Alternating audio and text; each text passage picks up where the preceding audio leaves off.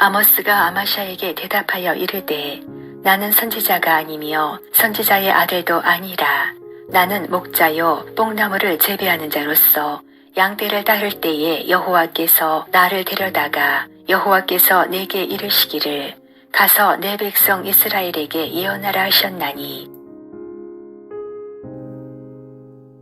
본문은 아마샤가 자기를 떡을 위하여 예언하는 직업적인 선지자로 규정한 것과 관련하여 아모스가 북이스라엘에 와서 하나님의 메시지를 선포하게 된 불가피한 이유를 설명하는 내용입니다. 아모스는 자신은 본래 선지자나 선지자의 아들이 아니요 그저 목자요 뽕나무를 재배하는 자로서 양떼를 따를 때에 여호와께서 자기를 데려다가 가서 내 백성 이스라엘에게 예언하라고 하심으로 예언하게 되었음을 밝히고 있습니다.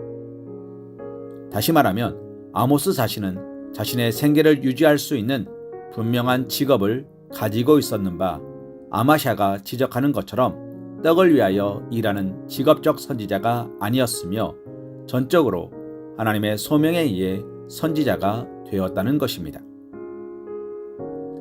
아모스는 당시 북이스라엘에 많았던 직업적인 선지자들과 다른 전적으로 하나님의 소명에 의해 선지자가 된 참 선지자였습니다.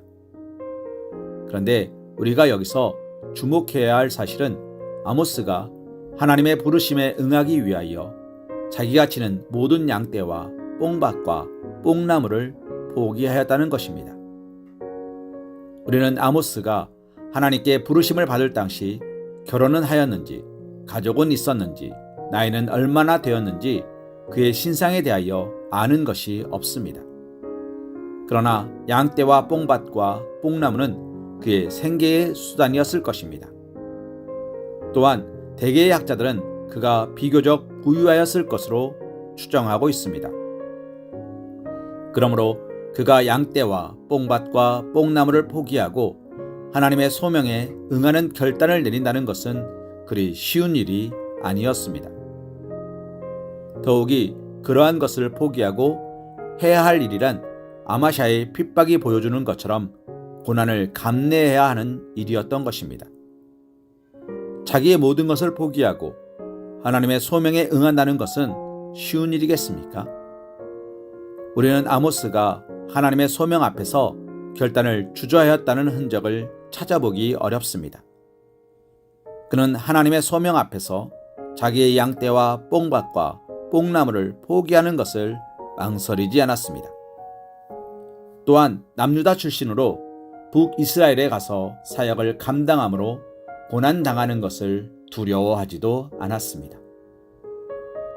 우리가 그를 위대한 선지자의 하나로 기억하는 것은 위대한 선포, 정의로운 교훈 때문이기도 하지만 다른 무엇보다 그가 그처럼 하나님의 부르심 앞에 전폭적으로 순종하였기 때문입니다.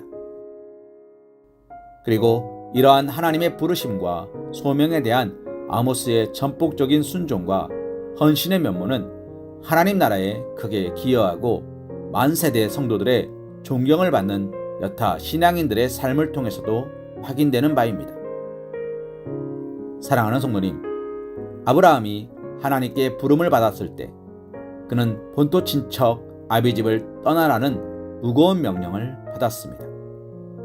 그러나 그는 이러한 하나님의 부르심에 조금도 주저하지 않고 순종하였습니다. 엘리야의 갑절의 영감을 달라고 요구하며 실제 북이스라엘에서 하나님의 놀라운 능력과 행사를 드러낸 엘리사는 엘리야를 통한 하나님의 부르심에 그 가진 모든 것을 상징하는 소 7결의를 그 자리에서 버리고 자신에게 부여된 시대적 소명에 순종하였습니다. 예수 그리스도의 사도들은 그리스도의 은혜로운 부르심이 있게 되자 주저하지 않고 배와 그물을 버리고 혹은 세관에서 나와 그리스도를 쫓았습니다. 우리 모든 성도들은 하나님의 부르심 앞에서 모두 이와 같이 전폭적으로 순종해야 합니다. 우리가 세상의 영광과 안락을 위하여 사는 사람들이라면 결단코 이러한 것을 버릴 수 없을 것입니다. 그러나 우리가 세상의 영광이 아닌 하나님 나라의 영광과 복된 삶을 위하여 산다면 그 모든 것을 단호히 버릴 수 있으며 하나님의 부르심 앞에 그 모든 것을 과감하게 포기할 수 있어야만 합니다. 거기서부터 사명에 대한 참된 순종과 헌신이 시작될 것이기 때문입니다. 마태복음 16장 24절 말씀으로 오늘의 말씀 묵상을 이어갑니다. 이에 예수께서 제자들에게 이르시되 누구든지 나를 따라오려거든 자기를 부인하고 자기 십자가를 지고 나를 따를 것이니라. 아멘.